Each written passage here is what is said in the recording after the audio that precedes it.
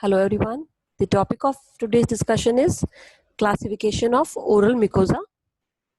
We'll be covering the topic under the following headings: introduction, followed by the organization of the mucosa, then the classification of oral mucosa based on their function and their histological appearance, the functions of the oral mucous membrane, its subdivision, summary, followed by MCQs.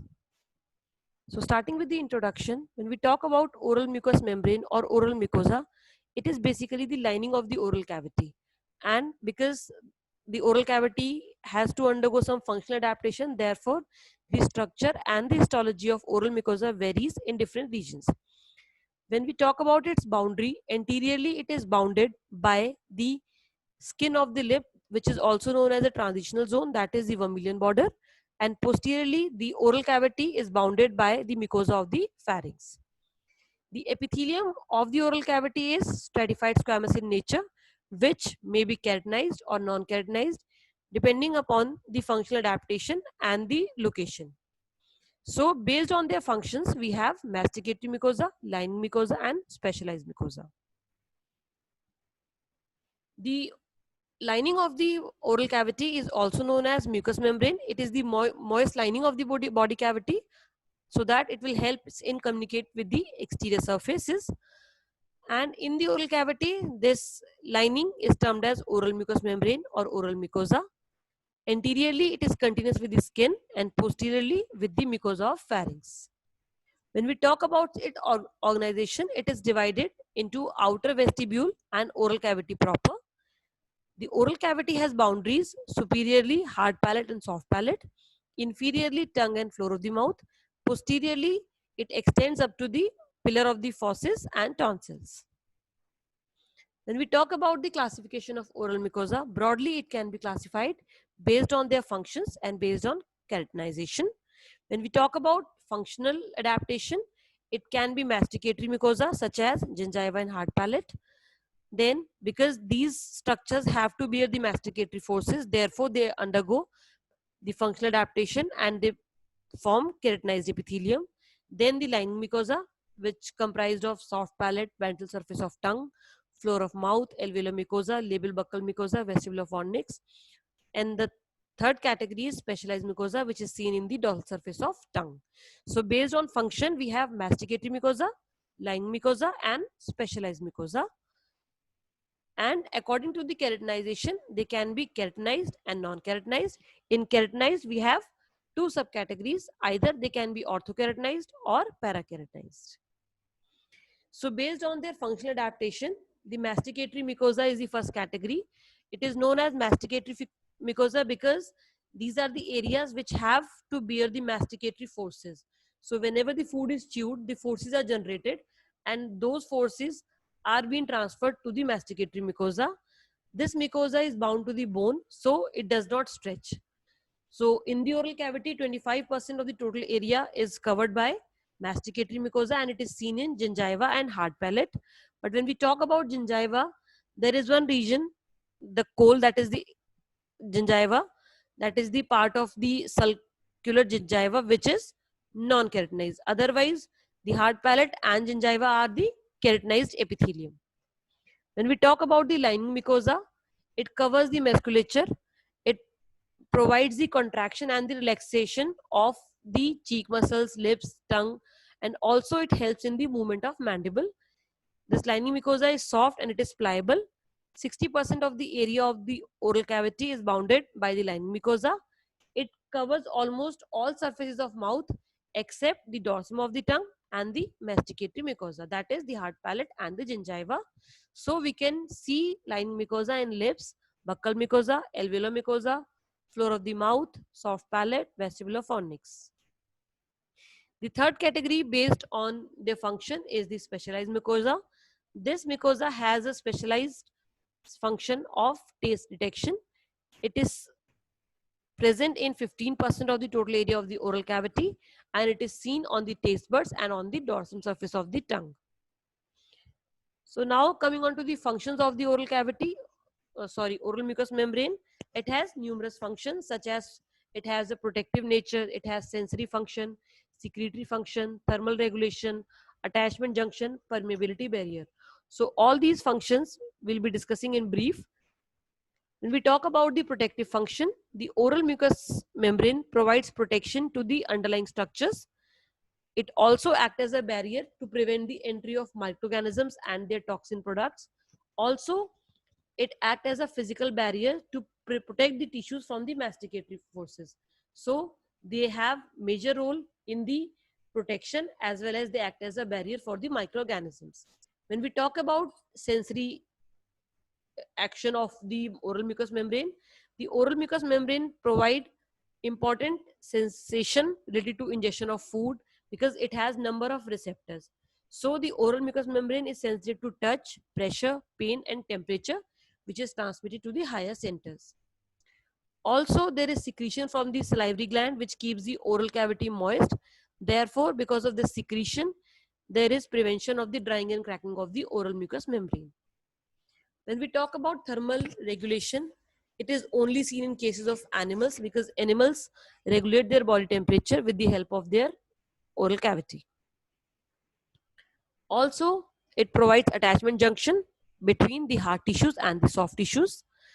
And oral mucosa helps in absorption of certain chemicals. Also, it forms a permeability barrier. So it is selective for certain chemicals. It may allow some chemicals to get absorbed. Also, it can prevent certain things not to enter into the oral cavity. Therefore, oral mucosa has a multiple role in protection, sensation, secretory action, attachment, and also it acts as a permeability barrier. Now coming on to the components of oral mucosa, as we have discussed that the lining of the oral cavity is stratified squamous in nature, which can be keratinized or non-keratinized. Below the epithelium, there is the underlying connective tissue layer, which is also known as lamina propria. Between the epithelium and the connective tissue layer, there is an interface, which is known as basal lamina or basement membrane, which is the junction between the epithelium and the connective tissue. The connective tissue has the submucosal layer. This layer is composed of loose, fatty or the adipose tissues and the glandular tissues. And this layer is seen in the mucosa of lips and cheeks. This layer is known as submucosa. However, in cases of gingiva and hard palate, the oral mucosa is directly adhered to the periosteum without any submucosal layer, and this attachment is known as mucoperiosteum. So when will we see the lining of the lining mucosa, that is the lip, the cheeks, we'll see the submucosal layer, whereas in cases of keratinized epithelium of hard palate gingiva, there is no submucosal layer. They will be directly adhered to the periosteum, and this junction is known as mucoperiosteum. This is the diagrammatic representation of the oral mucous membrane components. The first component is the epithelial lining. Below the epithelial lining, there is the basement membrane. Then there is connective tissue areas in which there is lamina propria, followed by the submucosal layer in which we can see the nerve plexus, the minor salivary glands, artery, vein, that is the blood supply, followed by the periosteum, which covers the bone. So when we compare the histology of the mucosa of intestine, the lining mucosa and the masticatory mucosa, there are some major differences. For example, when we talk about the intestinal mucosa, we have the epithelial layer, then the lamina propria, followed by submucosal layer, and then the muscular layer. In cases of lining mucosa, there will be epithelium, lamina propria, and submucosa. There will not be presence of the muscularis layer. However, in cases of hard palate and gingiva, we can see the epithelium, the lamina propria, in which submucosal layer is not there, followed by the periosteum. So there will be a tight junction between the epithelium and the periosteum, which is known as mucoperiosteum. So when we classify the oral cavity based on the keratinization pattern, they can be non-keratinized or keratinized. Non-keratinized is seen in lining mucosa. It has three layers: stratum basal, stratum intermedium, and stratum superficial.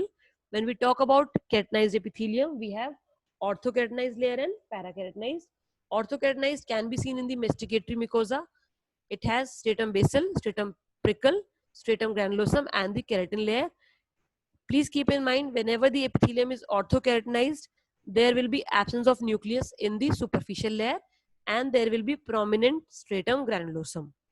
However, if the epithelium is parakeratinized, there will be stratum basal, stratum prickle, stratum granulosum, stratum corneum, in which the superficial layer shows the presence of a nucleus, but they are shrunken or pycnotic. So in parakeratinized epithelium, we have pycnotic nucleus. In orthokeratinized, we have absence of nucleus. So based on the regional variations, we can appreciate that the oral mucosa may be divided into three types: the masticatory mucosa, lining mucosa, and the specialized or the gustatory mucosa. Now when we talk about the types of oral mucosa, lining mucosa can be seen in buccal mucosa, labial mucosa, alveolar mucosa, floor of the mouth, ventral surface of the tongue, soft palate. The clinical appearance shows soft surface texture. It is moist. It has ability to stretch.